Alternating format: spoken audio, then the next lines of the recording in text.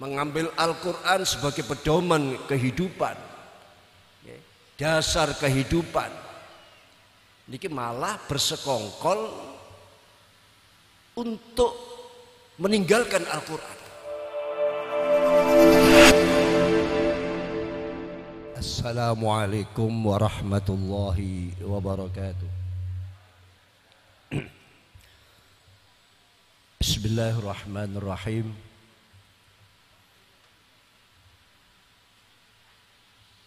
Alhamdulillahilladzi azza min qail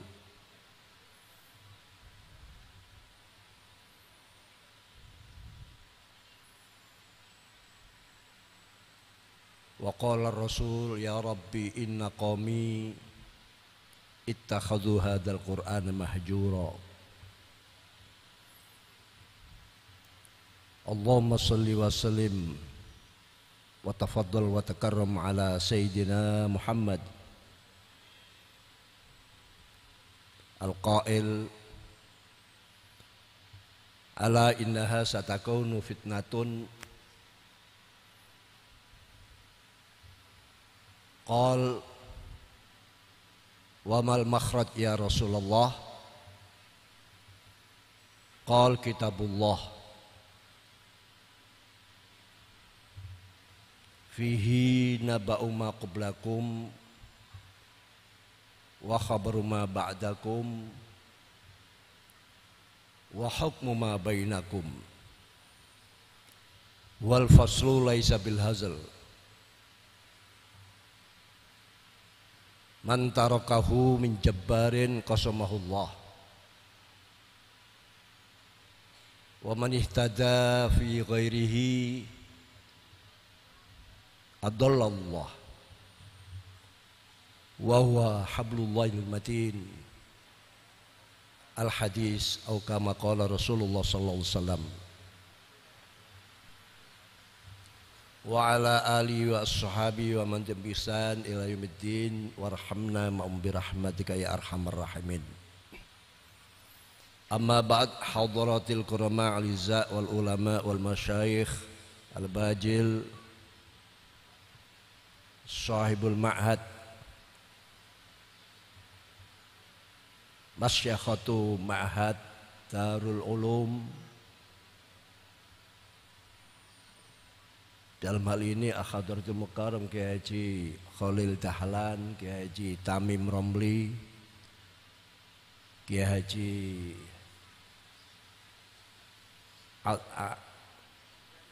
Zaimuddin As'ad, Kiai Zahrul Dr. Zulfikar,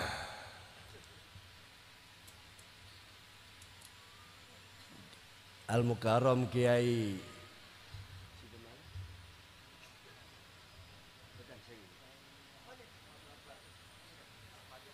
Rahmatul Akbar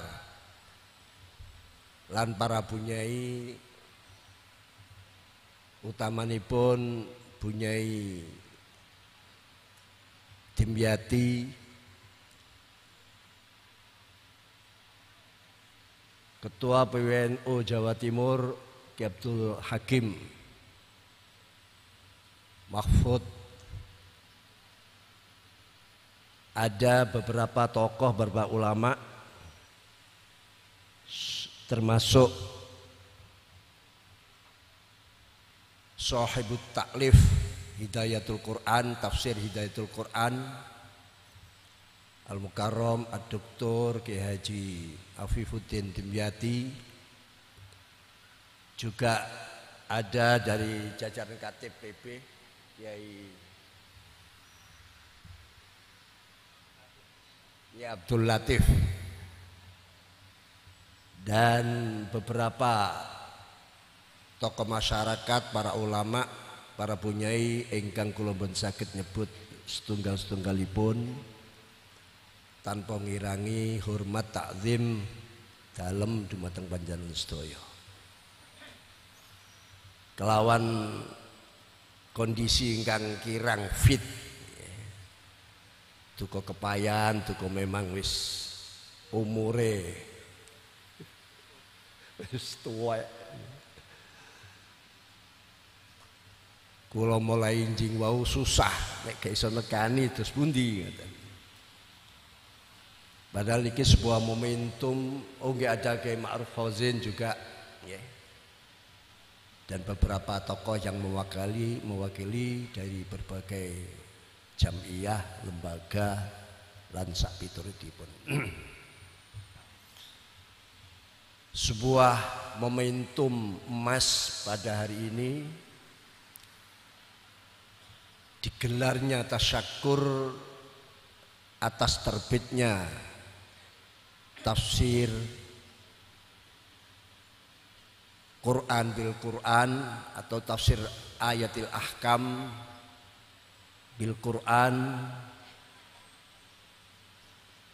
ingkang dipun nameni tafsir Hidayatul Quran 4 jilid agen-agen.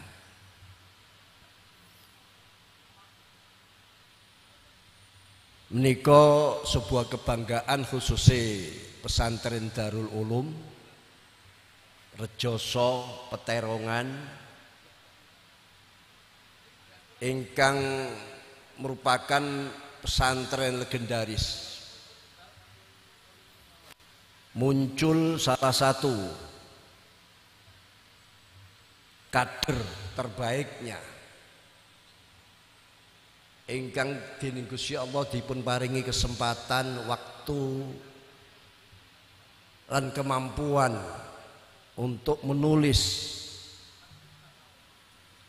Wau dipun sebutkan sampun beberapa kitab ingkang sampun selesai ditulis. Tapi ingkang betul-betul fenomenal adalah kitab tafsir Hidayatul Quran menika. Para bapak, para ibu hadirin hadirat rahimakumullah. Kula estu tumut seneng lan gembira, bangga. Bahkan pesantren Darul Ulum pasti gembira. Keranten dari Darul Ulum lahir kiai muda, energik, yang dening Gusti Allah diparingi kesempatan, kemampuan yang mungkin sulit kita menemukan kader-kader kados beliau. Kemampuan menulis, kesempatan itu napa malih tasik ngurus pondok, ngurus pesantren, mengajar dan lain sebagainya. Niki maunah anugerah saking Allah, fadlun minallah ingkang luar biasa, ingkang harus disyukuri. Al-Quran dipun tafsiri kelawan Al-Quran. Niki tafsir yang menduduki pada puncaknya, artinya tafsir ingkang menduduki level pertama.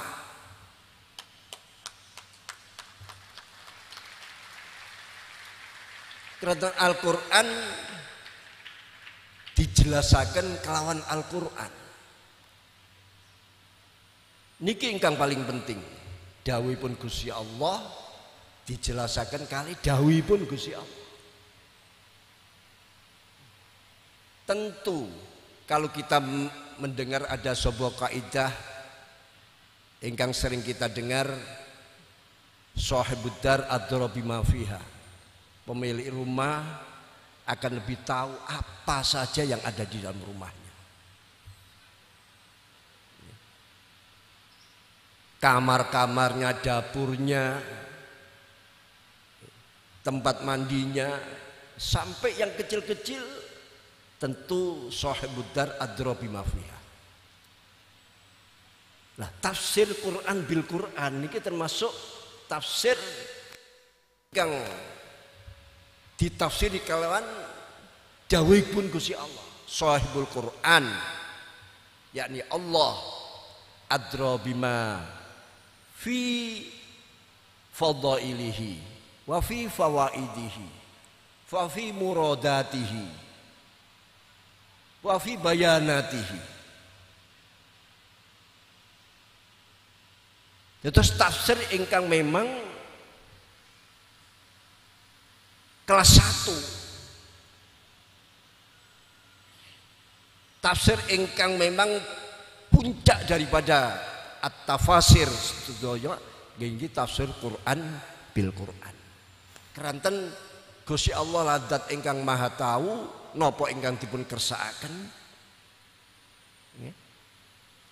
Napa ingkang dipun tentuaken, diterangaken niki dijelasaken kali sami-sami dawuhipun Gusti Allah kala. Dan para sahabat-sahabat yang menafsirkan Al-Qur'an nggih kados mekaten. Quran ditafsirkan Al-Qur'an. Para bapak, para ibu hadirin hadirat rahimakumullah, tentu kula mboten saged nggambaraken. Nggih. Karena keterbatasan kula, kebodohan kula, kekurangan kula, mboten saged menjelaskan dengan lebar jelas. Terus pundi wong iki dawuh Gusti Allah ditafsiri dengan dawuh Gusti Allah. Membutuhkan ilmu-ilmu tingkat tinggi. Membutuhkan kelengkapan-kelengkapan materi-materi ingkang dipun butuhaken. Lah niki sudah dimiliki oleh beliau Al-Mukarram Kiai Haji Dr. Afifuddin Dimyati. Mugi-mugi dening Gusti Allah katsarallahu amsalah. Allahumma amin. Mungkin di dalam mukaddimah atau sambutan kula dalam tafsir Hidayatul Quran ada cuplikan tentang firman Allah tengene surat Al-Furqan ayat 30 yang berlepat wa qala rasul inna qaum ittakhadhu hadzal qur'ana mahjura. Kanjeng Nabi Muhammad sallallahu alaihi wasallam wadul atau matur dhumateng Gusti Allah, ya Rabb, wa qala rasul ya Rabb inna qaum ittakhadhu hadzal qur'ana mahjura. Gusti, kaum kula, mereka-mereka yang dituruni Al-Qur'an, Quran ingkang menjelaskan tata kehidupan mereka, tentang Quran yang memberikan penerangan-penerangan demi kebaikan mereka, Quran petunjuk bagi mereka, dasar kehidupan mereka. Ternyata mereka tanggapi ittakhadhu hadzal qur'ana mahjura. Mereka mengadakan persekongkolan, kesepakatan untuk meninggalkan Al-Quran itu.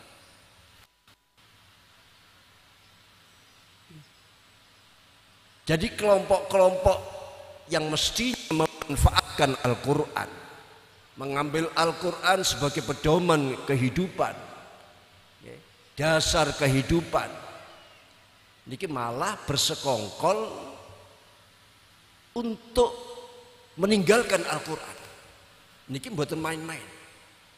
Laporan Kanjeng Nabi dumateng Gusti Allah, inna qaumit takhadhu hadzal qur'ana mahjur.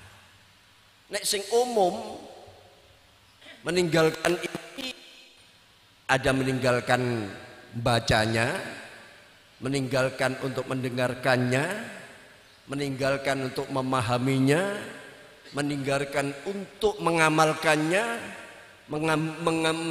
meninggalkan untuk tadabbur dan tafahum, bahkan meninggalkan dari istiswa bil Quran. Niki sing umum, kathah tunggal ini. Mungkin sing dugi-dugi niki nggih ada kelompok-kelompok yang meninggalkan saking maos Quran, lebih baik maos WA daripada napa malih sakniki situasi-situasi sedang WA yang penuh dengan hoax niki ada di mana-mana, sehingga memilih maca WA timbang Al-Quran. Ada yang meninggalkan istima' dari Al-Quran, bahkan meninggalkan mengamalkan isi Al-Quran, bahkan meninggalkan tadabbur Al-Quran, dan banyak sekali ini modelnya. Tapi ini kelompok yang ringan-ringan. Tapi yang berat, ittakhadul hadal Quran mahjura, wisala Quran mahjura, masih ittakhadu, membuat sebuah persekongkolan untuk meninggalkan Al-Quran. Dianggap Al-Quran itu isinya sihir, isinya kebatilan. Jadi betul-betul menolak. Lah panjenengan pun kaget. Yang kita hadapi macam-macam. Kalau yang kelompok jenis kedua masih lebih mudah kita ajak. Tapi yang kelompok pertama betul-betul ittakhadu hajral Quran, dengan rekayasa dan perilaku perbuatannya untuk membohongkan Al-Quran. Niki kita juga harus. Oleh karena yang layak untuk menghadapi mereka tafsirul Quran bil Quran, atau tafsirul ayatil Quran bi ayatil Quran. Karena apa? Nggih karena wau niku Gusti Allah sahibul Quran, sahibul kalam, adro, lebih ngerti terhadap ma'ani kalamihi, wa fawaidihi, wa bayanatihi, dan seterusnya dan seterusnya.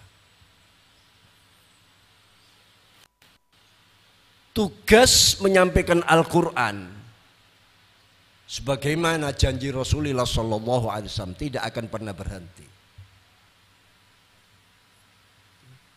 Gusti Allah sampun ngingetaken dumateng kanjeng wa anzalna ilaikal Qur'an litubayyina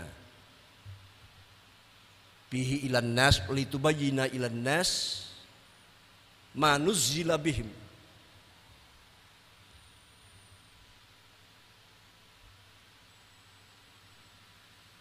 Kami Allah telah menurunkan Al-Quran kepadamu Muhammad, wa anzalna ilaikal Qur'an litubayyina linnas ma nuzzila bihim, untuk memberikan penjelasan kepada masyarakat.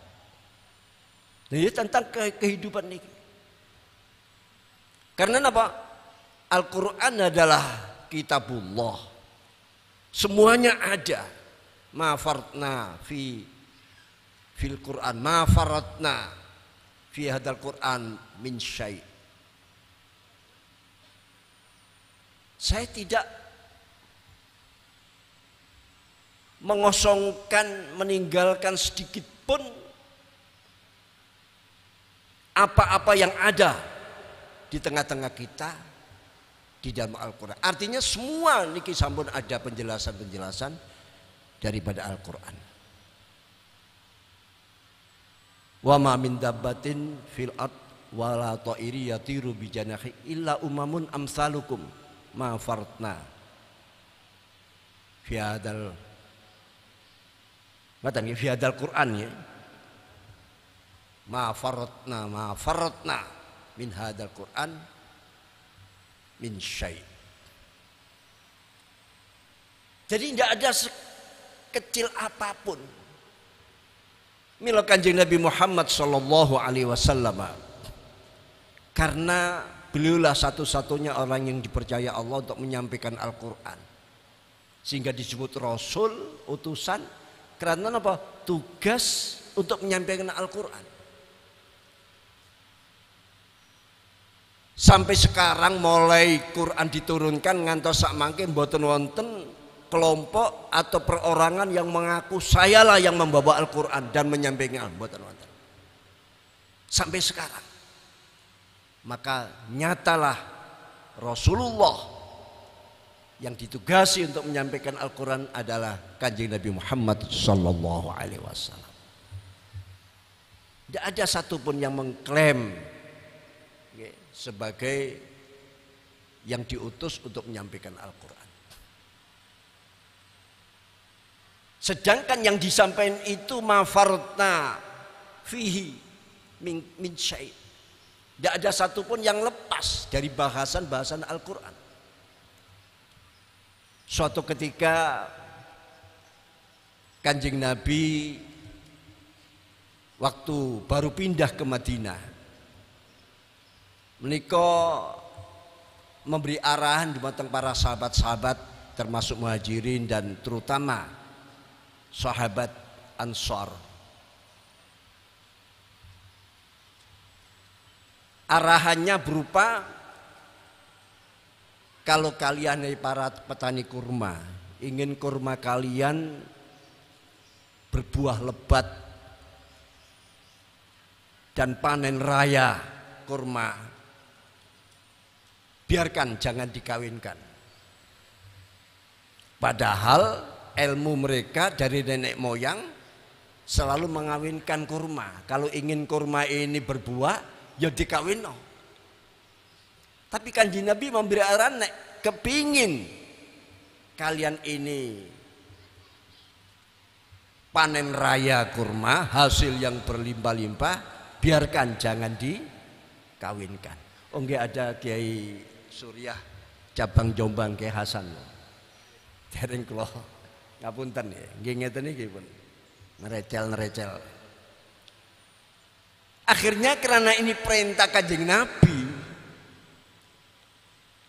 walaupun sahabat-sahabat ngerti ilmu pertanian tentang kurma, cara bagaimana kurma ini bisa berbuah dan panen, itu sudah dimiliki sejak nenek moyang, tapi Kanjeng Nabi perintah sesuatu yang lain, yakni mboten dikawinkan kurma ini. Karena ini perintah Kanjeng Nabi, kalau tidak dilaksanakan ya rumangsa dosa, tapi dilaksanakan bagaimana? Wong ilmunya tidak seperti ini. Akhirnya dilaksanakan, kurma dibiarkan. Begitu biarkan, waktu panen kurma ini rusak, gagal panen. Akhirnya sahabat-sahabat matur, ya Rasulullah, gagal panen ya Rasulullah.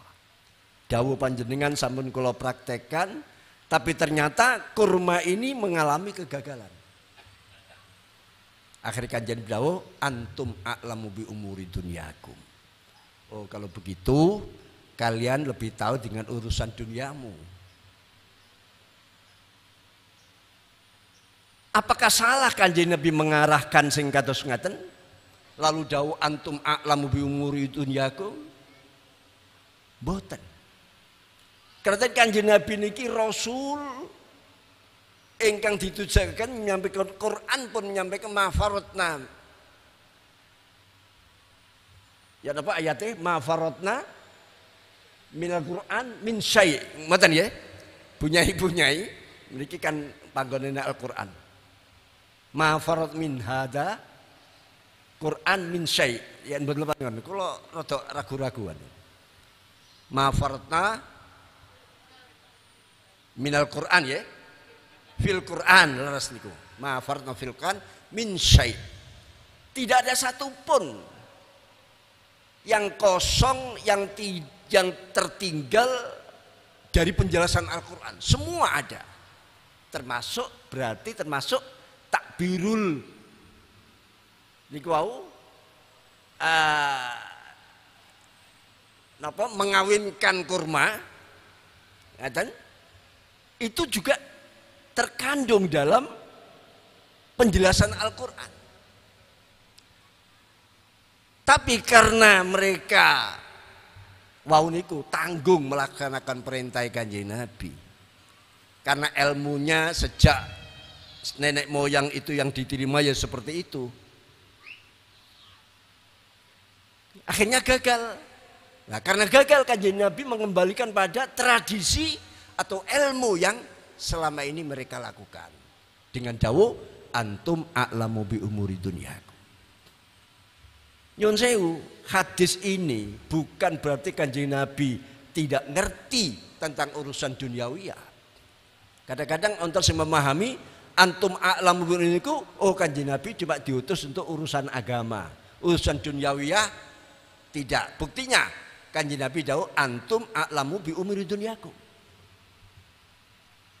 Padahal Kanjeng Nabi yang membawa Al-Qur'an, yang di situ disebutkan tadi ma faratna fi hadzal Qur'an min syai'.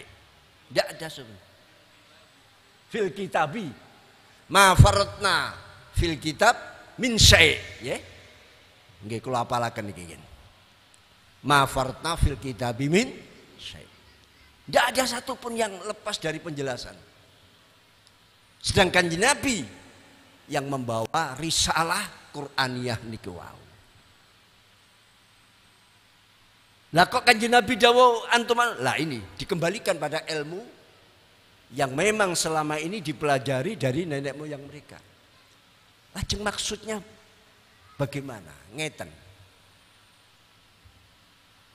Keranten sosok Kanjeng Nabi bisa dikatakan sosok yang identik atau seorang nabi yang sudah purna menyampaikan semua isi Al-Qur'an. Yang disebutkan Al-Quran itu laukan al-bahru midadan li kalimati rabbi lanafidal bahru qabla an tanfada kalimatu rabbi walau ji'na bimislihi madada.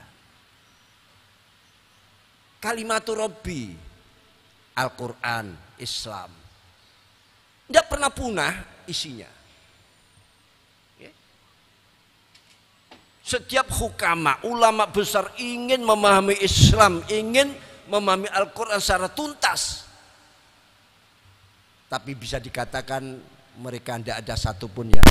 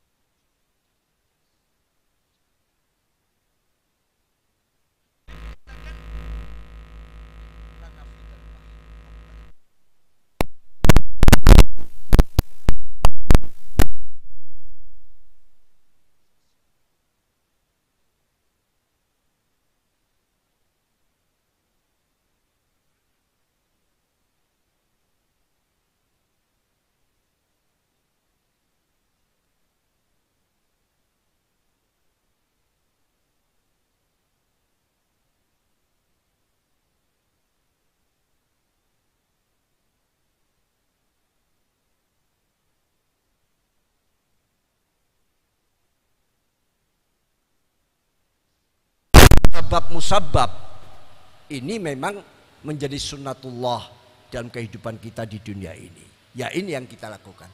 Tapi ada yang lepas daripada hukum kausalitas, lepas daripada hukum sabab musabab, langsung dipun kehendaki dari Gusti Allah. Ini ilmu yang ingin diajarkan Kanjeng Nabi dumateng para petani-petani kurma. Coba kon pasrah nang Gusti Allah. Tanpa ikhtiar, tapi total.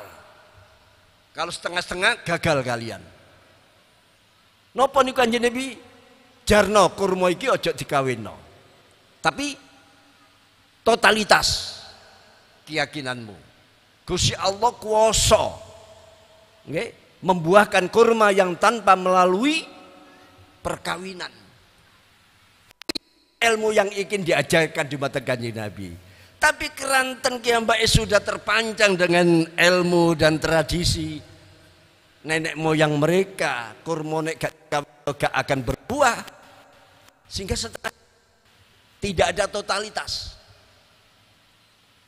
gagal. Kan jadi mengembalikan nek ngono duniamu ya hanya dunia yang sabab musabab. Kalau gitu duniamu adalah dunia yang hukum kausalitas, ya yes, kembali ke sana. Ini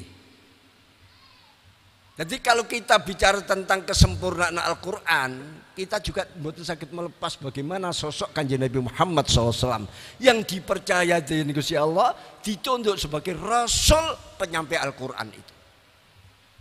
Kanjeng Nabi natos gini salah satu hadis, beliau nyuwun dumateng khodim ipun Ummu Malik, ya, antara lain riwayatnya.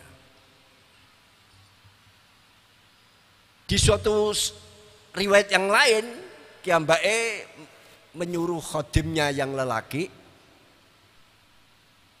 untuk membawakan napa niki sempole wedhus. Kanjeng Nabi niku paling seneng, paling remen nek dahar sempole wedhus. Setelah menyembelih kambing, Kanjeng Nabi minta atini adzira, bawakan ke sini sempol kambing. Dibawakan. Lah sempol niki kan niki tangan, niki kaki depan itu antara lain kaki depan 2, kaki belakang 2. Tapi sing dipun pas Kanjeng Nabi kaki niki kaki depan. Jadi sempol yang dzira yang depan. Atini dzira. Berikan saya dzira. Dibetaken setunggal. Matur nganten Kanjeng Nabi nyun malih atini dzira, bawakan ke sini dzira, sampel, bawakan sampel lagi. Sudah, berarti sampel yang depan ini selesai karena hanya 2. Lah kok Kanjeng Nabi nyun malih atini dzira, bawakan sampel lagi 3 kali. Akhirnya sahabat yang melayani Kanjeng Nabi matur, ya Rasulullah, malisat illa dziraan. Sedaya kambing sempole namung kali. Lah panjenengan kok nyuwun sampai 3 kali. Nggih. Napa jawabnya? Lau sakatta, kalau kamu tadi diam saja. Lau sakatta, kalau kamu diam tidak protes. Ya, kambing sempolnya 2, kok panjenengan nyuwun sampai 3. Kalau kamu diam nurut apa yang saya perintahkan, la aqaitani dzira'an ba'da dzira'in. Kamu akan selalu bisa membawa ke sini sampel selama saya minta. 3, 4, 5, 6, 7, 10. Saya minta sampai 10, kamu akan bisa mendatangkan sampel itu. Lo ilmu sing ngeten iki yang mau diajarkan kepada petani-petani kurma. Ada kekuatan di luar itu yang bukan menjadi sunnatullah di permukaan bumi ini.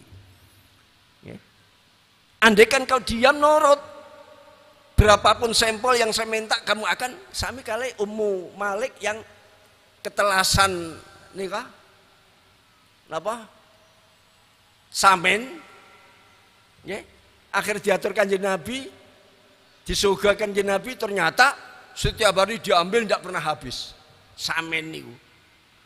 Sehari 2 hari 3 hari. Padahal niku pun karen-karen. Akhirnya suatu ketika habis. Matur ya Rasulullah samene telas.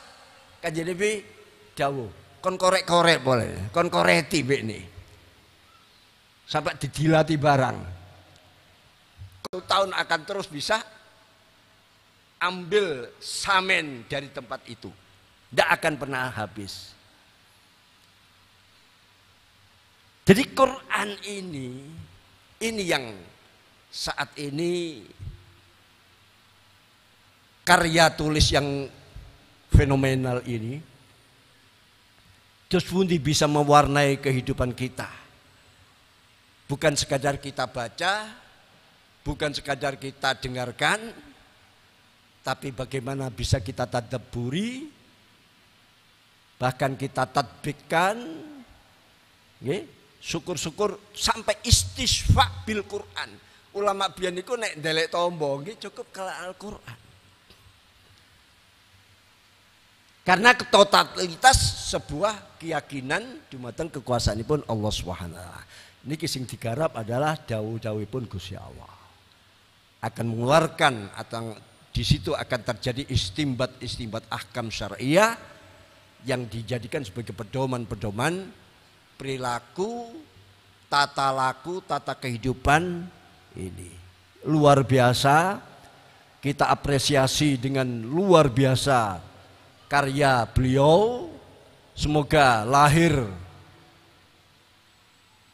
Kiai Afifuddin Dimyati yang lain, entah dari sini atau dari tempat yang lain, sehingga betul-betul Al-Quran ini betul-betul menjadi sebuah landasan hidup kita.